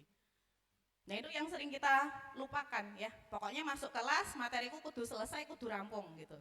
Itu yang sering kita bawa. Dan kita ya lupa. Kadang-kala anak itu udah di akhir itu baru kita tahu, oh ternyata ada masalah ya.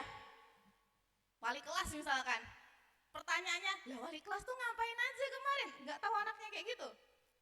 Karena apa? Kadang-kala wali kelas itu fungsi administratif doang. Ya enggak? Anaknya berapa, terus masuk berapa, ada masalah itu baru dipanggil BP baru tahu, oh iya iya. Gitu. Itu yang kemudian membuat kita kadang-kala apa gitu, semuanya administratif.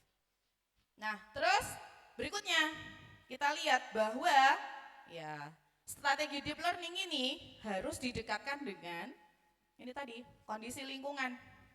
Ya, ini media pembelajaran saya Bapak Ibu. Kalau Bapak Ibu mungkin main Canva kayak Pak Akbar tadi main Canva buat PPT. Tapi sebenarnya Canva itu bisa dibuat atau dibikin untuk website. Ya, saya kasih contohnya punya saya s.id koin waktu. Jadi media pembelajaran kita itu bikin sendiri. Jadi kayak saya ini media pembelajarannya rata-rata bikin sendiri karena saya melihat bahwa saya bukan tipe guru yang textbook thinking gitu. Poin buku kabeh nek kudu materi disampaikan enggak. Gitu nggih. Nah, ini apa namanya? Nah, ya ini dia ya. Ini yang saya buat Bapak Ibu. Ini dari Canva. Canva kemudian di share-nya versi website. Jadi Bapak Ibu nanti bisa nyari sendiri di YouTube ya.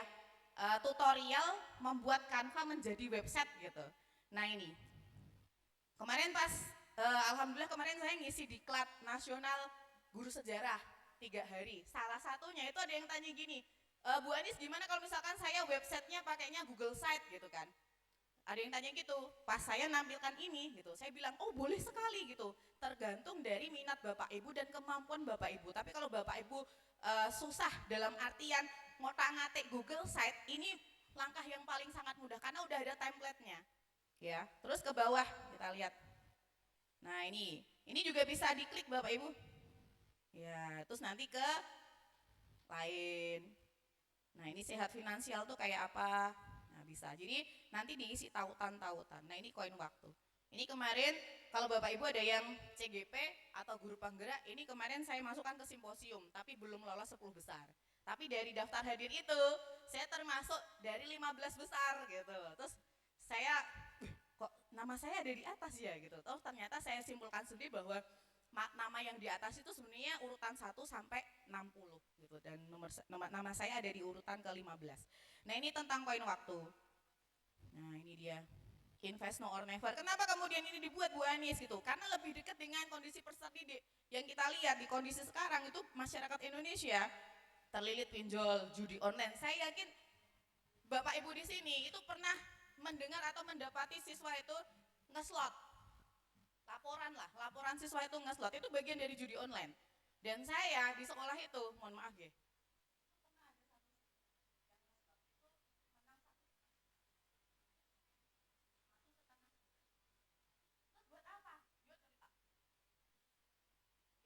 dengan gambarnya gitu.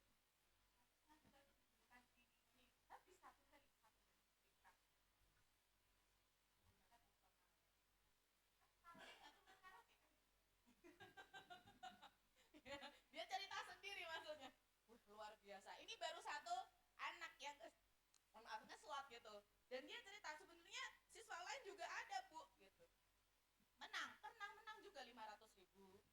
Tapi sayangnya judi itu tidak seperti zina. Tidak seperti minum minuman alkohol. Kalau minum kelihatan nggih.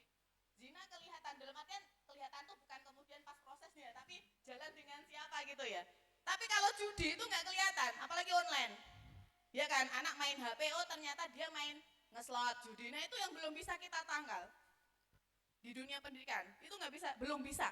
Bukan saya bilang tidak bisa ya, belum bisa. Terus investasi bodong dan pay letter. Nah ini kenapa disampaikan ke anak-anak? Karena nanti mereka ada yang kuliah, ada yang nggak kuliah. Didekatkan dengan mereka yang ketika tidak kuliah, bisa aja mereka kerja. Kemudian sesuatu yang butuh sama ingin kan beda. Nah ketika ingin tapi nggak punya duit, maka dia akan pay letter. Saya bilang ke anak-anak sampai yang kelas 12 nggih. Karena ini saya kasihkan ke kelas 12 juga. Saya bilang ke anak-anak yang kelas 12. Itu kalau kalian nanti tidak kuliah tapi bekerja, ya, di keinginan kalian untuk membeli sesuatu secara kredit itu ditahan sampai 2027, saya bilang gitu. Kenapa Bu Anies itu? Karena sampai tahun 2026 akhir kita dunia itu masih masa resesi. Cuman kita nggak sadar, yang ekonomi mungkin kelihatan ya bahwa sekarang lebih banyak penjual daripada pembeli. Ketika orang di PHK, sektor formal itu dia di PHK, maka dia akan ke sektor informal. Nah, sektor informal ini yang kemudian sekarang membludak.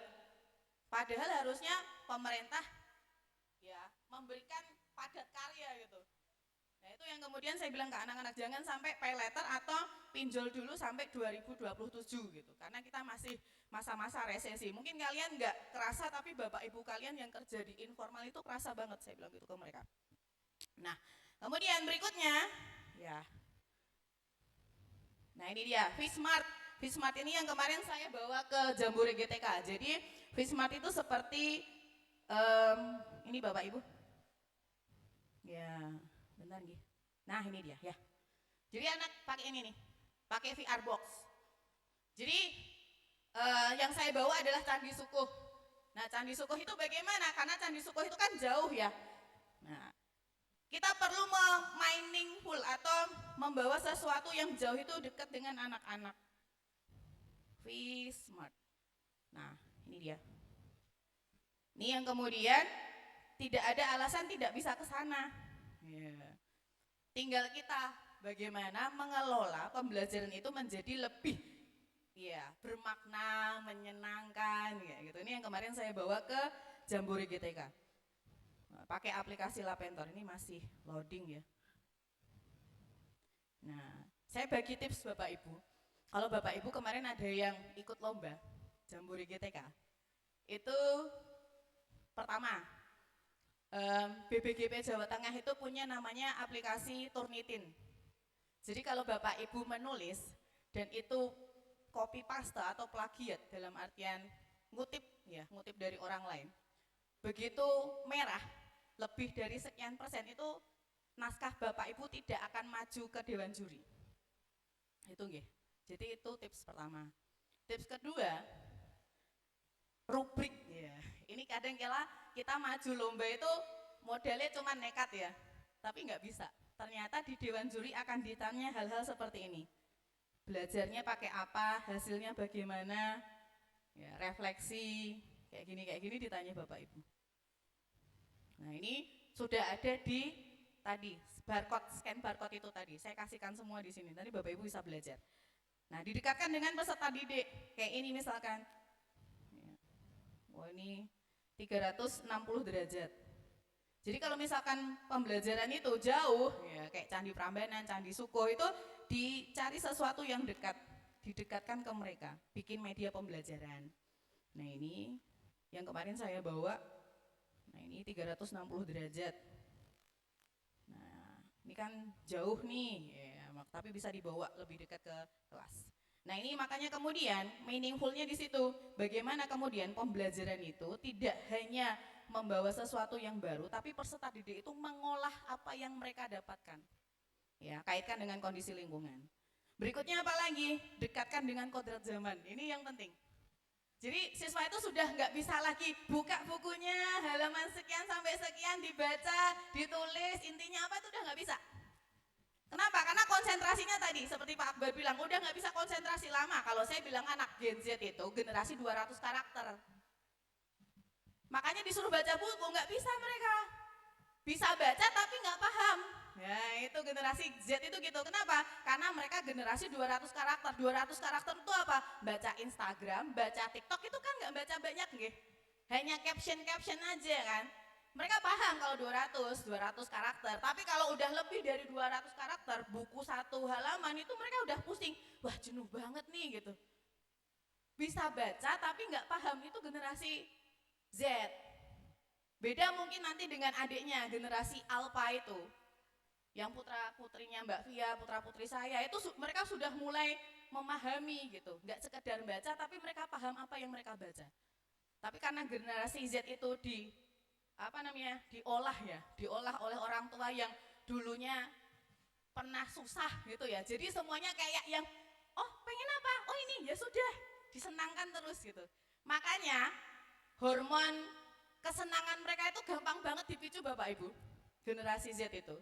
Kalau generasi saya, generasi panjenengan itu mendapatkan sesuatu, itu kan dengan susah payah baru seneng nggih. Tapi kalau generasi Z nggak bisa, mereka scroll HP, lihat TikTok 30 menit udah seneng banget, bahagia gitu. Tambah lagi bahagia, mereka mendapatkan kebahagiaan itu dengan singkat. Makanya joyful learning itu diharapkan tidak hanya sekedar seperti scroll TikTok, tapi selama pembelajaran itu joyful. Karena tadi generasi Z itu hormon kesenangannya itu mudah sekali untuk dalam tanda kutip dibangkitkan. Dan rata-rata TikTok mainnya. Padahal TikTok itu Indonesia itu menjadi pengguna terbesar dan terlama di dunia di tahun 2024, bukan Cina. Padahal CEO-nya orang Cina. Tapi pengguna terbanyak dan terlama itu jatuh ke Indonesia. Padahal kalau TikTok itu ya algoritmanya random. Makanya kok ada joget-joget dan seterusnya, itu kan mereka seneng banget ini. Lihat gitu aja udah seneng gitu. Itu Gen Z ya, tadi yang saya terpanik sama Pak Akbar tadi, terus inget ya. Oke, terus kemudian strateginya bagaimana? Ya, pengalaman belajar langsung. Jadi jangan Bapak Ibu terus yang ngoceh dalam tanda kutip ya, tapi dikasih umpan, kasih umpan. Kenapa? Karena ternyata dari aktivitas ini anak belajar menemukan fakta. Pembelajarannya apa? Berbasis masalah sama proyek. Ya, jadi kasih masalah, kasih dia proyek. Lama banget no Mbak Anis. Oh enggak apa-apa. Kenapa? Karena konsepnya adalah ini. Mereka nemuin fakta, faktanya jadi konsep, konsepnya digeneralisasi jadi pengetahuan. Pada akhirnya mereka tahu sesuatu itu prosedural dan harus mengedepankan berpikir kritis dan metakognisi. Jadi diajarin kayak gitu. Terus kemudian menerapkan 5C. Kalau 4C Bapak Ibu udah paham lah. Tambah satu lagi, C-nya karakter. Jadi kalau di kelas, kita sebagai guru itu kan sesuatu yang dijadikan contoh keteladanan. Jadi sebisa mungkin ya masuk ke kelas itu ya senyum gitu kan. Gimana kabarnya anak-anak gitu. Karena apa? Karena positive vibes itu akan nular. Jadi kalau udah masuk kelas besengut gitu. Karena kita visual ya. Kita makhluk visual itu kita ngeliat, Bu Anis kok besengutin ngomong kayak itu udah hawa satu kelas itu udah nggak enak banget. Nah gitu. Jadi kalau masuk kelas itu udah halo ya gitu ya, sesuatu yang menyenangkan bagi mereka. Terus kemudian ini tadi ya, saya suka ada umpan balik dan refleksi dari Bu Ngatini. Disuruh nulis pembelajaran itu apa yang mereka dapatkan dan itu dihargain. Entah nulisnya cuma 1 kalimat, 2 kalimat, karena jujur ya ada anak-anak kita itu yang pinter ngomong tapi nggak pinter nulis. Ada yang pinter nulis nggak pinter ngomong. Yang biasanya pendiam itu kalau disuruh nulis itu banyak banget. Ya dihargain aja karena setiap anak itu berbeda-beda. Kayak anak kita lah, anak saya yang pertama sama anak saya yang kedua itu juga beda. Yang satunya itu kalau cerita itu bisa banyak banget. Yang satunya, yang nomor 2 itu kalau cerita secuplik-secuplik. Dia lebih seneng loncat-loncatan, lari-larian gitu. Itu yang kemudian harus kita sadari bahwa anak punya kodrat kodrat alamnya sendiri-sendiri. Kita nggak bisa menyamaratakan. Terus berikutnya ini dia. Saya nggak tahu Bapak Ibu apakah sudah melakukannya apa belum. Ternyata di deep learning itu membantu kita untuk berkolaborasi antar mata pelajaran. Contohnya apa? Kalau saya sejarah kolaborasinya sama guru bahasa Jawa. Kok bisa gitu? Bisa. Kan di bahasa Jawa ada Mbak Serat Wedotomo ya. Ada guru bahasa Jawa. Ya, Serat Wedotomo ada nggih? Kelas berapa Mbak? 10 ya?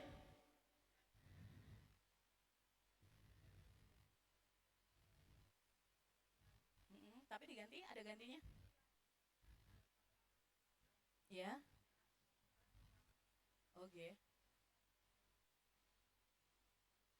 Oh, masuknya di kelas 12 ya. Misalkan kita pakai Serat Wedotomo. Kalau di Serat Wedotomo kan tembangnya gitu ya. Bagaimana cara nembangnya, terus maknanya apa. Nah, di sejarah bisa dikolaborasiin. Kenapa? Sejarah ditulisnya Serat Wedotomo. Jadi anak-anak disuruh neliti kenapa sih Gusti Mangkunegoro 4 itu nulis Serat Wedotomo, alasannya apa, terus nilainya apa. Nah itu kemudian bisa dikolaborasiin. Sejarah, bahasa Jawa, tambah satu lagi, bahasa Inggris. Nah nanti matematika ada Mbak ya. Nih matematika ada Mbak di sini. Matematika nanti bisa gabung sama ekonomi. Bagaimana membuat kota yang ideal. Oh pengennya dengan sejarah boleh, nanti matematika ngitung, berarti kalau misalkan Wedotomo ngitung ya gotronya ya. Nah kalau misalkan sejarah tadi ya, mohon maaf kembali lagi, sejarah itu bisa gabung ya, yang sudah itu bahasa Jawa tambah satu lagi, bahasa Inggris. Ada teks naratif nggih? Ya, gabungin ke teks naratif. Jadi yang sudah diteliti itu dinaratifkan atau dinarasikan ke bahasa Inggris. Selesai. Jadi satu Serat Wedotomo bisa jadi 3 tugas atau 3 proyek. Selesai. Nah itu deep learning itu nanti gitu Bapak Ibu. Jadi Bapak Ibu siap-siap. Di sini ya, kalau di SMA Andong sudah dibentuk kombel yang nanti di sini rumpun udah nggih. Nah itu lebih enak lagi. Kerjasama ya, antar mapel. Ya, antar mapel. Terus, nah ini contohnya dari saya. Ini udah mau selesai nggih. Oke, ini Forston London. Pakai sejarah sama bahasa Inggris. Nah, ini dia. Terus ya, ajak murid refleksi. Ini pakai nulis atau pakai Padlet. Ini tentang literasi finansial yang tadi koin waktu. Nah, manfaatnya apa? Ya, personalisasi dan efektivitas pembelajaran. Pengembangan keterampilan murid. Nah, ini dia. Nanti saya bagi ini ke Bapak Ibu. Nah, integrasinya apa? Nah, ini dia. Integrasinya ini. Satu aja nanti Bapak Ibu cek sendiri nggih. Kalau saya biasanya pakai Edu AI. Edu AI. Edu AI itu ya, menyediakan berbagai macam ya. Dia tagline-nya aja udah teach smarter, not harder. Ya. Ngajar ki sing luwih pinter, ora sing rekoso ya. Wes diajari sama dia. Jadi kalau jadi guru jangan rekoso-rekoso. Makanya kemudian di sini menjadi guru satset ya tulisannya. Ya. Ini bisa apa aja sih? Ya kita lihat ya. Bisa apa aja dia. Dia bisa membuat instruksi berbagai macam konten generator. Nah ini dia. Ada planning, information object. Sayangnya ini belum bisa berbahasa Indonesia nih Bapak Ibu. Nah itu. Kayak misalkan ngasih tugas tadi mix and match ya. Nah ini misalkan saya mau ngasih tugas tentang jigsaw. Nah, tinggal diklik gini, terus ini dia. Kita nulis di sini. Nah topiknya buatkan tugas untuk historiografi modern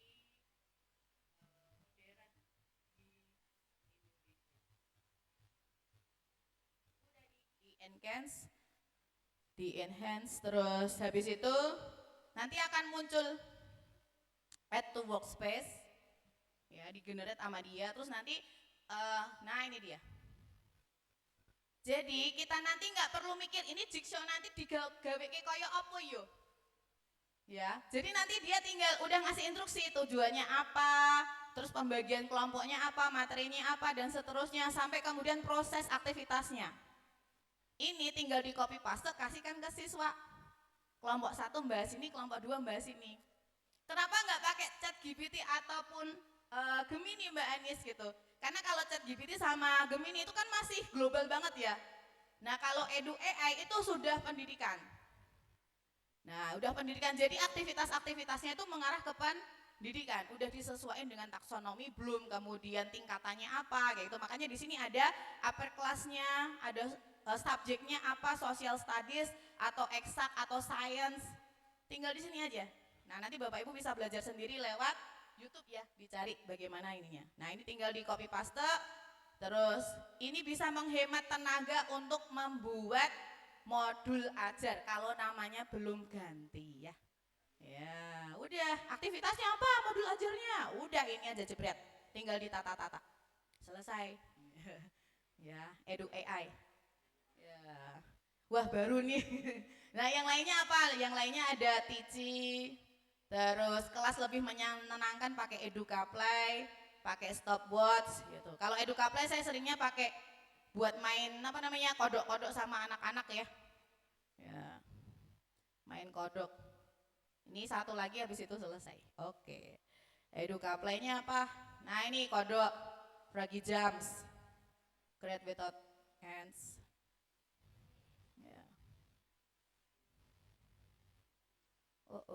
Nah ini pakai yang punya saya aja deh. Nah ini pilihan-pilihan apa namanya pembelajaran ya. Nah modelnya kayak apa? Nah ini contohnya aja Bapak Ibu, nanti bisa dicoba sendiri. Ini kalau kelasnya Bapak Ibu bisa ada layar seperti ini, itu bisa kayak anak-anak touchscreen gitu. Ya. Atau dikirim aja ke anak-anak linknya gitu boleh. Nah ini dia. Apa nama makanan khas Manado yang terkenal rasa pedas? Tinutuan. Iya. khas Jawa sayur ngawur gitu ya. Nanti katanya tenggelam. Iya gitu. Dan nyawanya juga berkurang. Ini anak-anak seneng banget buat apa namanya? Buat ice breaking. Lah, ininya gimana Mbak Anis? Pakai AI itu juga udah ada sama dia. Ya, Educaplay itu nanti ditanya, mau bikin games? Iya. Nah, tinggal masukkan generate aja nih. Generate apa? Perintahnya. Ya. Nanti dia nanyain perintahnya apa, bikinin soal apa gitu. Nanti kita tinggal masukkan prompt. Prompt itu perintah ke dia. Nanti dia dibuatin seret gitu udah selesai. Itu yang sering saya gunakan. Jadi kalau misalkan gabut di kelas gitu, ini saya copot terus saya bikin ini terus anak-anak main gitu misalkan. Gitu nggih. Nah, jadi nggak usah mikir bikin soal, bikin apa, tinggal ini aja. Soal tentang sepak bola. Klub sepak bola dunia.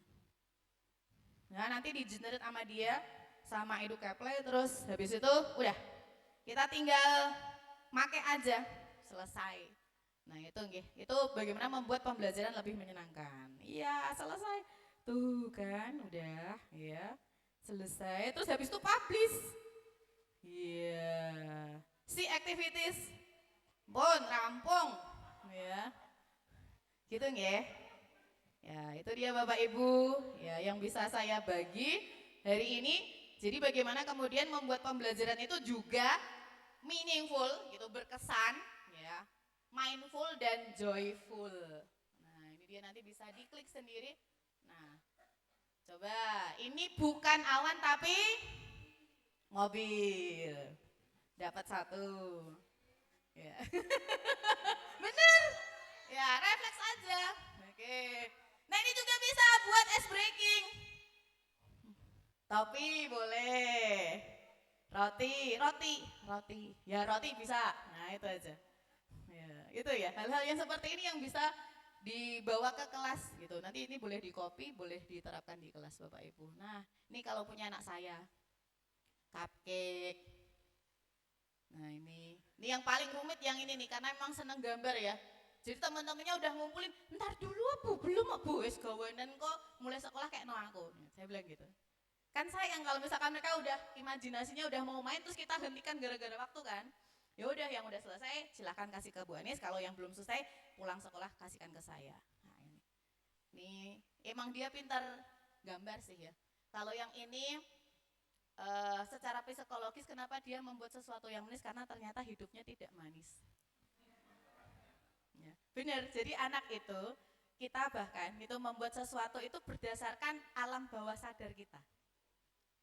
Outsetnya apa namanya, sesuatu yang berbanding terbalik dari apa yang kita rasakan. Itu secara psikologis. Kenapa? Karena ditinggal ibunya meninggal sejak kecil, terus sekarang sama ibu tirinya dan ibu tirinya juga kurang welcome dengan dia. Nah, itu dia ya. Tuh, akhirnya saya jadi tahu latar belakang anak-anak saya gara-gara ini. Integrasi tantangannya ini nanti bisa Bapak Ibu baca sendiri nggih, karena nanti akan saya bagikan. Sudah. Nah, quotes-nya ini. Mungkin ada Bapak Ibu yang kenal dengan guru saya, Pak Nurul Aziz. Ini dulu guru saya, wali kelas saya. Beliau mengatakan bahwa sebagus apapun strategi yang digunakan, secanggih apapun media yang diciptakan, tidak akan berguna kalau guru tidak hadir di dalam kelas. Hadir itu maksudnya bukan hadir saya datang kamu bisa lihat, enggak, tapi hadir itu bagaimana kemudian dia dekat dengan kita, kemudian dia merasakan bahwa kita itu di kelas itu tidak hanya sebagai fungsi administratif, tapi kita benar-benar tahu kondisi dia. Jadi pengen nangis saya. Ya, itu yang seringkali kita abaikan. Nah, terus kalau saya ini, kita tidak akan tahu bagaimana nasib anak di masa depan. Yang bisa kita persiapkan adalah bagaimana ya membentuk mereka atau membekali mereka sesuai dengan kodrat zaman.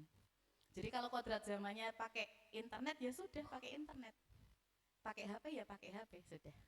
Nah, ini ya, the best way to predict the future is to create it. Jadi hal yang baik untuk menciptakan masa depan itu adalah mempersiapkannya dari sekarang. Nah, itu dia. Nggih, Bapak Ibu, ini semoga bisa menginspirasi Bapak Ibu dari praktek baik yang sudah saya lakukan.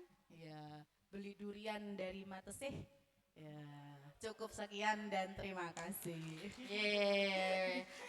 Tepuk tangan untuk ibu narasumber kita yaitu Ibu Anis Nurrohmah MPD.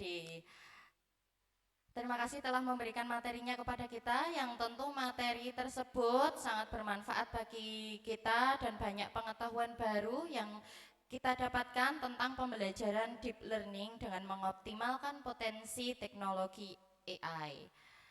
Semoga kita nantinya bisa menerapkan pembelajaran deep learning dengan baik di dalam kelas. Dan kita akan mencoba untuk terus belajar ya Bapak Ibu.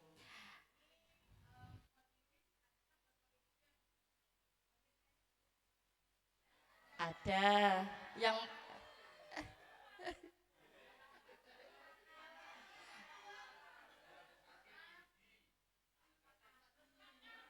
Pak Sarjono ada Bu. Pak Sarjono tadi kayaknya ada.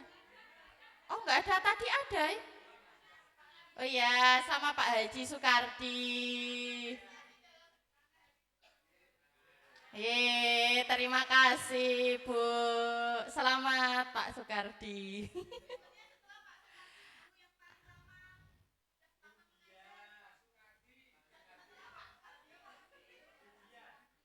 Bu Dian Nurani, ini apa Nurani ya, Bu Dian Nurani. Silahkan Bu Dian.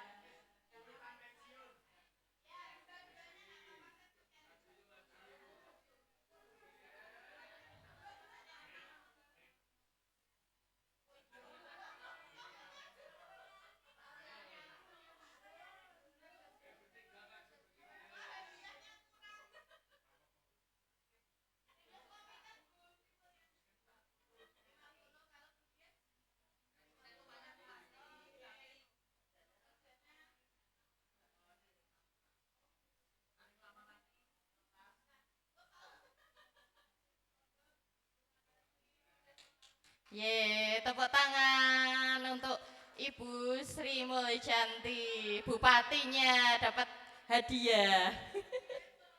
Bu Dian Nurani.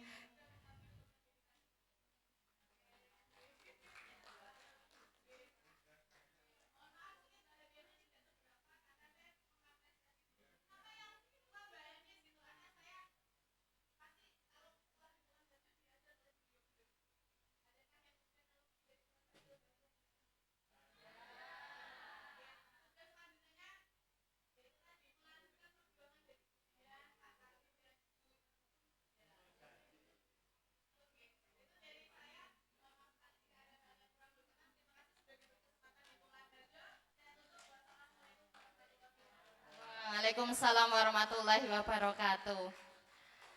Baik Bapak Ibu, kita masuk ke acara yang kelima yaitu acara lain-lain. Mungkin ada Bapak Ibu yang ingin bertanya kepada Ibu narasumber terkait materi yang telah dipaparkan? Tidak ada ya? Ya, maka tentu saja acara kita sudah berakhir Bapak Ibu. Tapi saya mohon izin untuk memaparkan kesimpulan pada materi kita hari ini, yaitu deep learning adalah pembelajaran yang mendalam dan menyeluruh, menyenangkan, joyful, mengajarkan siswa untuk belajar sendiri, mengolah, kemudian mereka tahu sendiri dengan strategi yaitu pengalaman belajar langsung, kemudian yang kedua menerapkan 5C, yang ketiga umpan balik refleksi, dan yang keempat pembelajaran kolaboratif antar mapel. Sebentar Bapak Ibu, saya ingin memberikan pantun penutupan. Ini tapi atas nama Sireng Manis ya Bapak Ibu, dari Kombel kita. Kepasan Belanggu lagi. Lah mana Pak? Pasar mana? Oh Pasar Kaladen. Pasar Belanggu aja ya. Besok next pasar ya mana nanti saya pilih. Ke Pasar Belanggu membeli manggis. Manggisnya dimakan Bu Muljanti. Saya perwakilan dari Kombel Sireng Manis mengucapkan maaf dan terima kasih. Akhir kata, saya selaku pembawa acara undur diri, mohon maaf atas segala salah dan kurang saya. Terima kasih. Wassalamualaikum warahmatullahi wabarakatuh. Bapak Ibu, jangan keluar ruangan dulu, kita foto bersama dengan Ibu narasumber.